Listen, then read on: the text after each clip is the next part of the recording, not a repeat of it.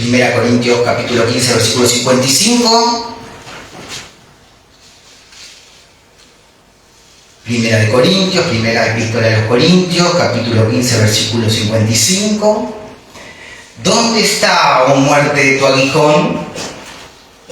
¿Dónde, oh sepulcro, tu victoria? ¿Dónde está, oh muerte, tu aguijón? ¿Dónde está, oh sepulcro, tu victoria? Me pregunta, ¿no? ¿Dónde está? Ya no está. Amén. Y en el versículo 56 sigue, ya que el aguijón de la muerte es el pecado y el poder del pecado la ley. ¿Cuál es el aguijón de la muerte? El pecado. Pero el pecado ha sido quitado. Ya no hay poder en la muerte. ¿Y qué es lo que le da fuerza al pecado? La ley. Pero ya no estamos bajo la ley. Porque yo sé que peco por la ley, pero Cristo cumplió la ley por mí. Esos dos versículos, hermano, nos levantan, nos llenan de esperanza. No hay aguijón. El acusador ya no nos puede acusar porque no hay pecado. Somos limpios por la sangre de Cristo ante el Padre. Ya no hay poder de la ley. El Señor en esa cruz anuló el poder de la ley sobre nosotros. Amén. Tenemos que comprender esto, porque cuando comprendemos esto cabalmente, nosotros podemos ir madurando y podemos ir afianzándonos en la fe, cimentados en Cristo, en el fundamento. ¿Se acuerdan que Pablo dijo, yo puse el fundamento y después ustedes sobreedifican sobre el fundamento?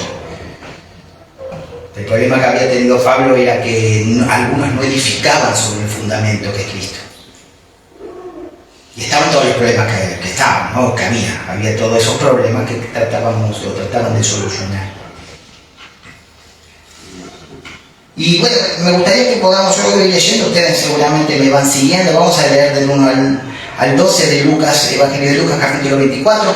Dice, el primer día de la semana, muy de mañana, en el Evangelio de Juan, dice, aún estaba oscuro, aún no había luz, estaba amaneciendo. Vinieron al sepulcro trayendo las especias aromáticas que habían preparado y algunas otras mujeres con ellas. Y hallaron removida la piedra del sepulcro. Y entrando no hallaron el cuerpo del Señor Jesús. Aconteció que estando ellas perplejas por esto, y aquí se pararon junto a ellas dos varones con vestiduras resplandecientes. Y como tuvieron temor y bajaron el rostro a tierra, les dijeron, ¿por qué buscáis entre los muertos al que vive?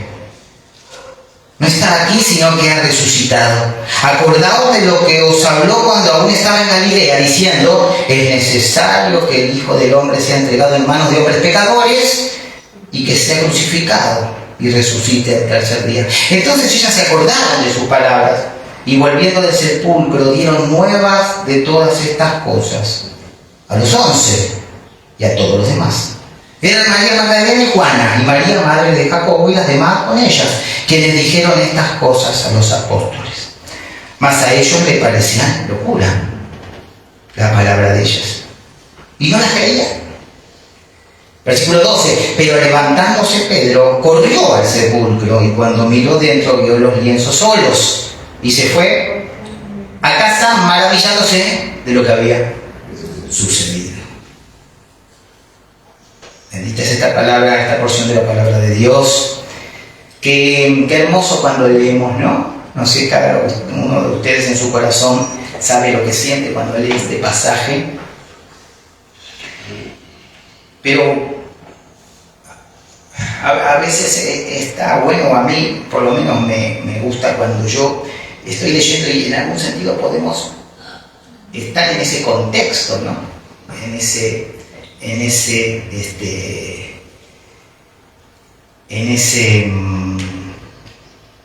Como si estuviéramos en ese lugar, ¿no? Con la impresión de cómo se estaba viviendo eso, ¿verdad? Porque a uno lo relata y lo leemos, pero claro, estar ahí, ¿no? Viendo el Señor que ya no estaba. Y creían, pero no se acordaban, después se acordaron. Eran cosas difíciles de creer, aún para ellos, para los apóstoles. Y cuando sucedió, aún eran difíciles de entender también y de creer. Pero se maravillaban.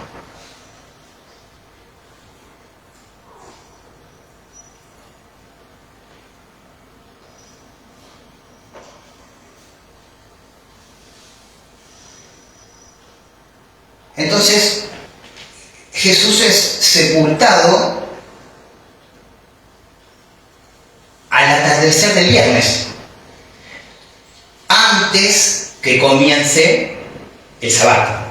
O sea, a las 6 de la tarde comenzaba el sábado, para los judíos comenzaba el día, y tratan de sepultarlo antes que empiece el sábado, porque no podían hacer tarea.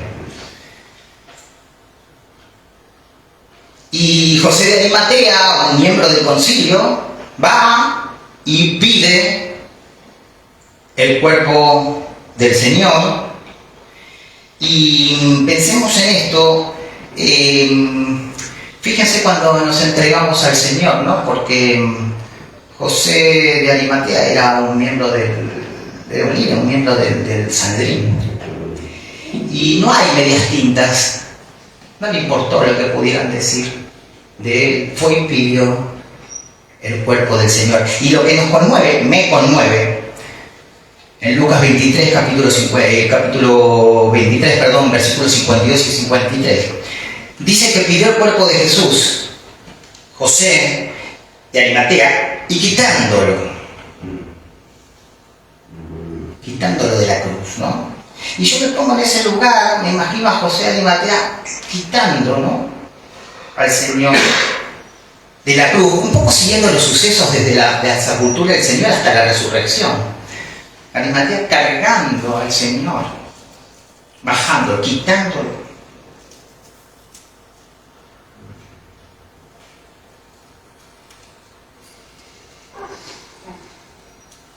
Y el Señor muere, entrega su espíritu y resucita al tercer día. En Hechos capítulo 1, versículo 3 nos dice la palabra que después de su resurrección el Señor apareció durante 40 días, ¿sí?, a diferentes personas, a los apóstoles, pero a diferentes discípulos, a diferentes y a más hermanos. En un momento apareció a 500 hermanos a la vez, estando todos juntos, ¿sí? Y estas son las apariciones después de la resurrección, o sea, son las apariciones entre la resurrección y la ascensión. 40 días. Pero el apóstol Pablo, en 1 Corintios capítulo 15, versículo 8, dice, y al último de todos, como un abortivo, me apareció a mí. Ahí, como un nacido fuera de tiempo en la Nueva Versión Internacional. Como algo fuera, no podría ocurrir. Dice, me apareció a mí. Recordamos entonces que Pablo, cuando habla del Evangelio, dice, pues yo no recibí ni aprendí de hombre alguno, sino por revelación de Cristo, de Jesucristo. ¿Sí? Pablo está diciendo, bueno, a mí me apareció, a mí me reveló el mismo Señor Jesús, y de ahí el nombre de apóstol. Me lo enseñó él. Y después que me lo enseñó, lo consulté con carne y sangre, dice, con ninguna persona. Después me fui, estuve en Arabia, volví a Damasco, después me fui a Jerusalén. Pero el Señor tuvo apariciones durante esos 40 días, dando garantía de su resurrección. Y a mí me gustaría, porque tenía en el corazón la palabra hijitos, ¿no? Y el Señor a nosotros nos llama 2 veces hijitos. Y es en el Evangelio de Juan. Por eso, si ustedes me acompañan, nos vamos a Juan, capítulo 13, versículo 33-35.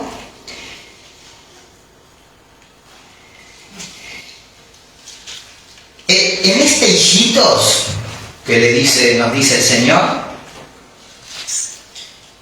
es antes de su muerte, poquitas horas antes de morir. Y hay un hijito que nos dice el Señor después de resucitar. Y yo me gustaría brevemente hacer como una analogía o un recorrido de este hijito, ¿no? Digamos la ternura del discurso del Señor con sus hijos. Fíjense, entonces estamos en capítulo 2, en Evangelio de Juan, capítulo 13, versículo 33, y dice: hijitos, aún estaré con vosotros un poco, me buscaréis, pero como dije a los judíos, así os digo ahora a vosotros, a donde yo voy, vosotros no podéis ir, ¿no? En esta ternura, en este cuidado del discurso del Señor, está el hecho de que venían tiempos difíciles para los discípulos, para los apóstoles. Humanamente el Señor, como amigo, como guía, como hombre, también le dolía y iba a haber una separación. ¿Sí? Ahora ellos aún no podían ir donde Jesús iba.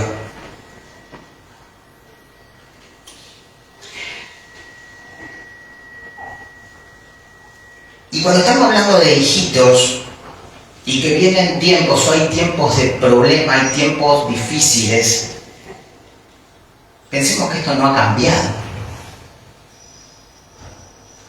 El hijitos nos lo sigue diciendo, nos sigue consolando para lo que está pasando y para lo que está por venir.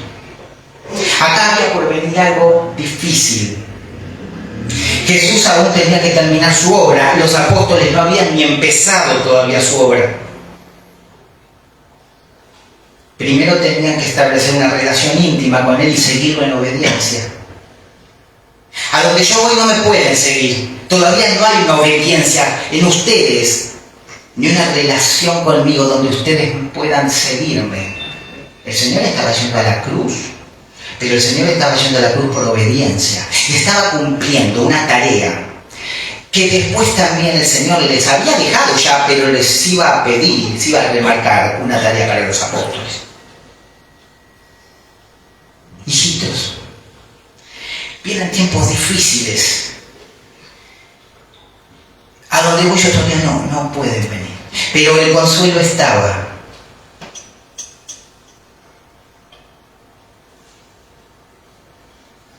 Les dijo que después, un poquito más adelante, después ustedes van leyendo, les iba a preparar un lugar. Hay muchos lugares, hay muchas moradas en la casa de mi Padre. Yo no los voy a dejar solos, no los voy a dejar huérfanos. Él les hace promesas, Él nos hace promesas. Unas promesas que tienen que ver con lo difícil que iban a vivir, pero que estén fuertes, porque Él estaba terminando, Él iba a terminar esta obra. Para nosotros. Les dice que le va a enviar el Espíritu Santo. ¿Para qué? Para que oían la verdad. El Espíritu Santo que los iba a hacer acordar de todo lo que Él había dicho, hermanos. Los apóstoles recién empezaban un camino.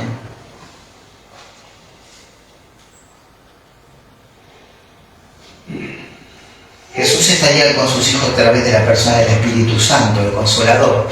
El Consolador, uno llamado al lado para ayudar.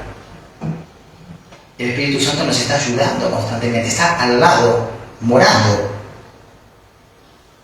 para ayudar. Nos enseña todo, nos lleva a la verdad de la palabra de Dios. Hace que entendamos la palabra de Dios para que podamos vivir la palabra de Dios bien vivida, porque la entendemos bien. Siempre pidamos la guía del Espíritu de Dios. Dice, pero más me seguirá después, versículo 36. Estamos en capítulo 13 de Juan, versículo 36, que dice, le dijo Simón, Señor, ¿a dónde vas? Jesús le respondió, ¿a dónde yo voy? No me pueden seguir ahora. Más me seguirás. Y junto con él todos los demás, y nosotros. Después. Y sin embargo, les hace todas estas promesas, pero le da un nuevo mandamiento. ¿No? Me seguirás después. Ellos no estaban listos para ir a morir todavía por el Señor. Pedro creyó que sí en un momento.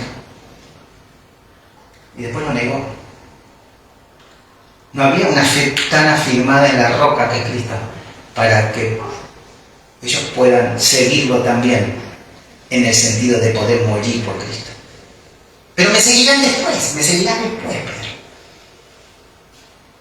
¿Se acuerdan? Cuando yo te confirme otra vez, ¿me amas, Pedro? Cuando tengas una relación conmigo lo suficientemente firme y estés maduro como para morir por mí, vos después me vas a seguir. ¿Estamos listos para seguir al Señor? Ustedes me dirán, pastor, sí, yo lo sigo, yo leo su palabra. Yo también.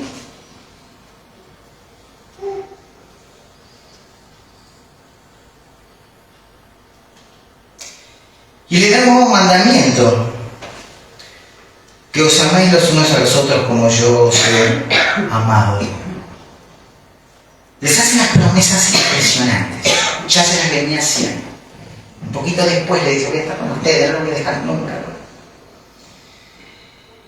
Pero les da un mandato ahora, en ese momento. Porque era lo que iba a diferenciar a los discípulos de Cristo de los demás, de todos los demás. Y era el amor entre ellos, y el amor a otros. No era porque no era en sí mismo un mandato nuevo, porque en Levítico 19:18 ya está el amor al prójimo que pide el Señor. Era una forma diferente de amar. Era un amor que se iba a diferenciar, se tenía que diferenciar del amor de los judíos que tenían en ese momento, de los fariseos, de los escribas, que era un amor hipócrita. Un nuevo mandamiento les doy, es decir, una nueva forma de amar yo les pido, y que ustedes van a poder darlo por mi espíritu, dice el Señor, porque después el espíritu es el que permite y derrama ese amor en nosotros. Un amor sacrificial que ama a todos por igual. El judío amaba al judío, el griego amaba al griego y no quería al judío. El hombre desestimaba a la mujer y a los niños. Entre mujeres, si no tenía hijos, y más los judíos decían, no estás bendecido. Pero él dice, yo un nuevo mandamiento les doy. Podemos entender, ¿no? Esto no ha cambiado, ese mandamiento para nosotros, este nuevo amor, esta nueva forma de amar.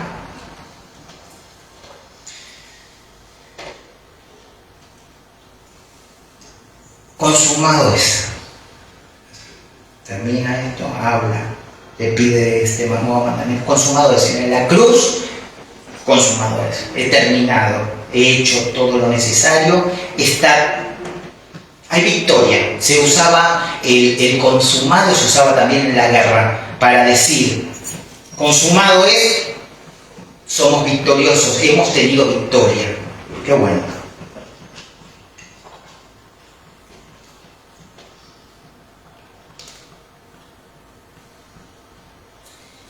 Y la otra forma de llamarnos hijitos, vamos a Juan 21:5. Es después de la resurrección.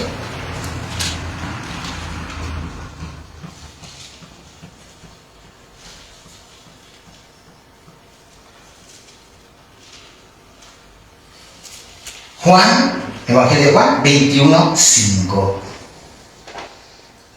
Y recuerdan la escena, están pescando. Pedro, algunos de los apóstoles, están pescando. Están ahí en el mar de Galilea. Y en el versículo 5, dice, iba amaneciendo un poquito antes. Y en el versículo 5, y les dijo, hijitos. ¿Lo tienen? Hijitos, ¿y qué les dicen? ¿Tenéis algo de comer? Y le respondieron, no, hijitos. Era otro tiempo. Había resucitado, había cumplido, había pagado. No, le dije. En el 6, El que les dijo, echad la red a la derecha de la barca. Y hallaréis. Y hallaréis. Entonces le echaron, ¿y qué pasó? Ya no podían sacarlo, ¿por qué? Por la gran cantidad. El Señor hizo sobreabundar. El Señor les dio más de lo que podían tironear. Eran hombres fuertes, rudos.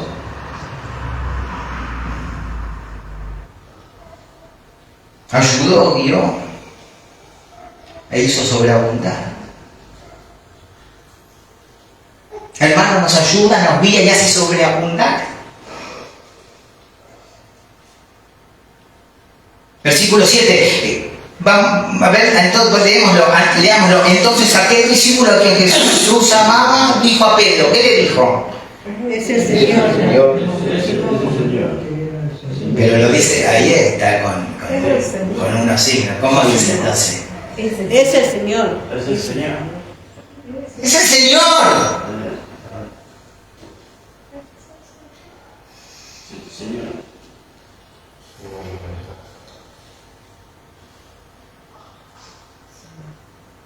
Podemos nosotros, esto es después de la resurrección, podemos nosotros gritar a veces así en nuestra vida. Sí. ¡Es el Señor! Estoy tan mal, me hice unos análisis, tengo miedo, pero Señor, no, es el Señor, es del Señor.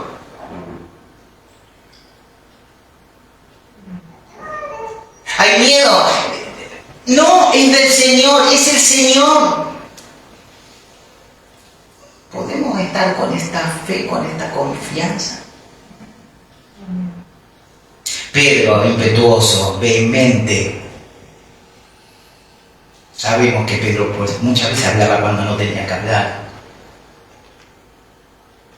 Pero fue el que declaró, tú eres el Cristo, el Hijo de Dios viviente. Fue también, Pedro hacía algunas cosas que se equivocaba, pero el corazón de Pedro estaba siempre dispuesto a servir, a seguir.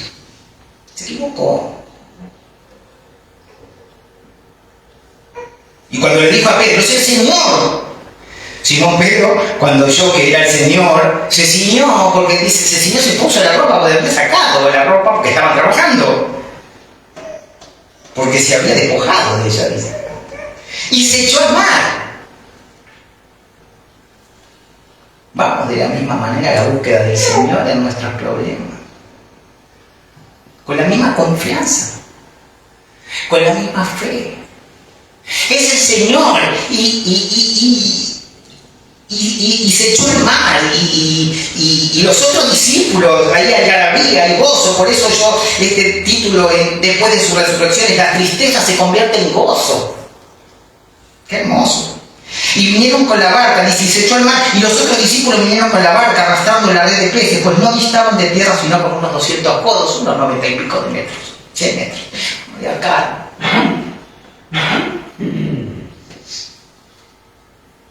Es el Señor y acuden al Señor. Es el Señor y depositan su fe en el Señor. Es el Señor y es lo único que ven y es lo único que buscan.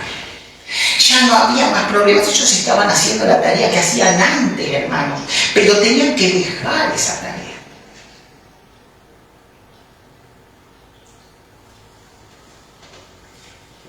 Después lo entienden. ¿Cuántas tareas tenemos? Porque hay tareas que tenemos que dejar.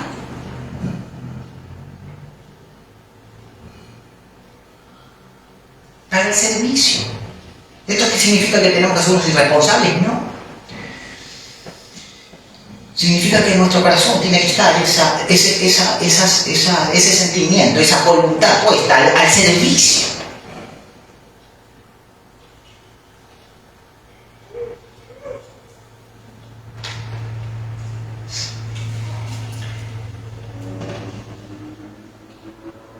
Vamos un poquitito más para atrás, seguimos en Juan. Y vamos a Juan. Estamos al ahí nomás, no se me vaya. Juan 20, pero versículo 28 y 29.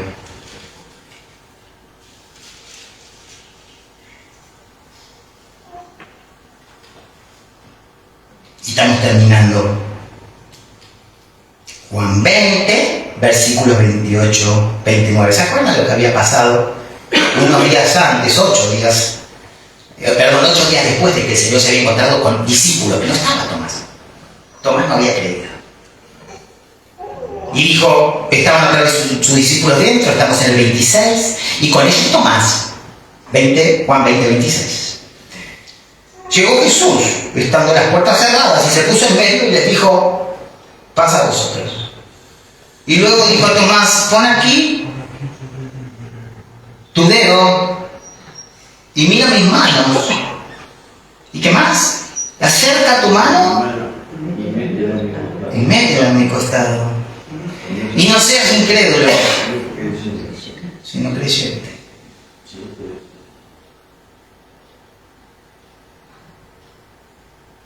Y el 28.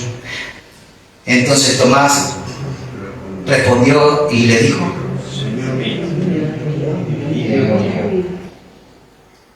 Señor mío, Dios mío. Así le digo. Imaginen, Tomás metió la mano, no hizo un dedo, la mano en un costado, sería grande, ¿no? La cicatriz.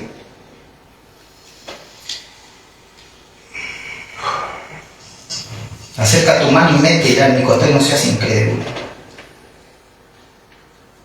Pon aquí tu dedo y mira mis manos. ¿Y cómo le dice Tomás? Pues estaba entre signos de admiración.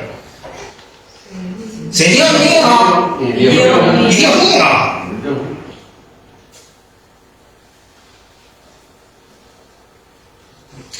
Tomás necesitó ver y creyó. El Señor le dice, Jesús le dijo, porque me has visto, Tomás, creíste. Bienaventurados los que no vieron y creyeron. Gloria a Dios, porque ahí estamos nosotros. Los que sin ver creemos. 2 Corintios, anote capítulo 5, versículo 7, anote eso por favor, porque por fe andamos, no por vista. El contexto ahí de 2 Corintios es, habla el apóstol está hablando de un cuerpo terrenal, de un tabernáculo, de que se va deshaciendo y que va a ser suplantado por el Señor o sustituido por un cuerpo glorificado, por un edificio firme. Usa la analogía de un edificio para el cuerpo. Cuando estemos ausentes del cuerpo, estaremos presentes al Señor. Los hijos de Dios podemos esperar un cielo que no hemos visto y la vida eterna porque depositamos nuestra fe en Cristo. Le creemos a su palabra inspirada que es la Biblia y también porque vivimos conforme a esa palabra. ¿Por qué creíste, Tomás? ¿Viste? Porque creíste, porque viste, Tomás, has creído.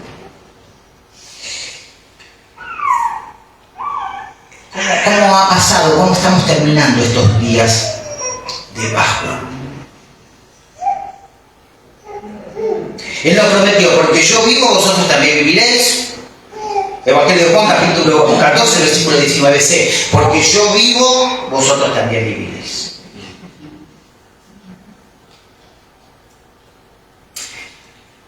¿Somos conscientes del consuelo de amor que nos ofrece el Señor? Hijito.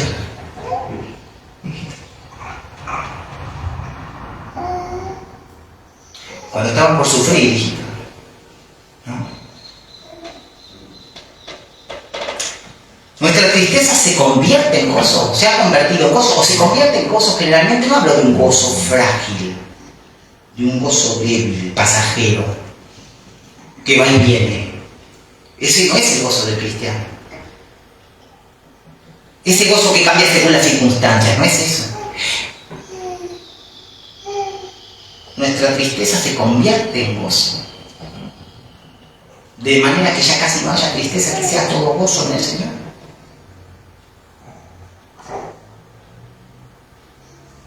Bienaventurados somos, hermanos, cuando por fe, sin ver, podemos decir, Señor mío y Dios mío.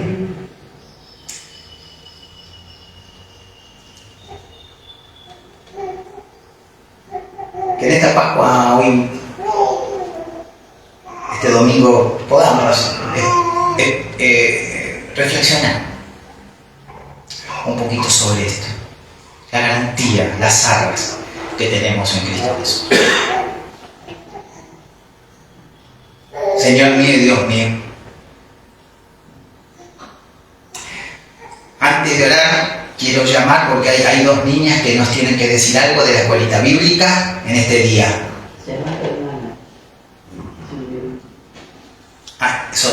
¿Sí, Dana no está?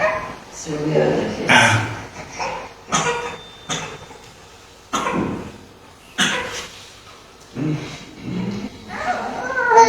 Vamos a orar entonces y esperamos a las niñas de la escuela que tienen un mensaje para nosotros. Padre Santo, Señor, gracias porque tú has traído palabras, Señor.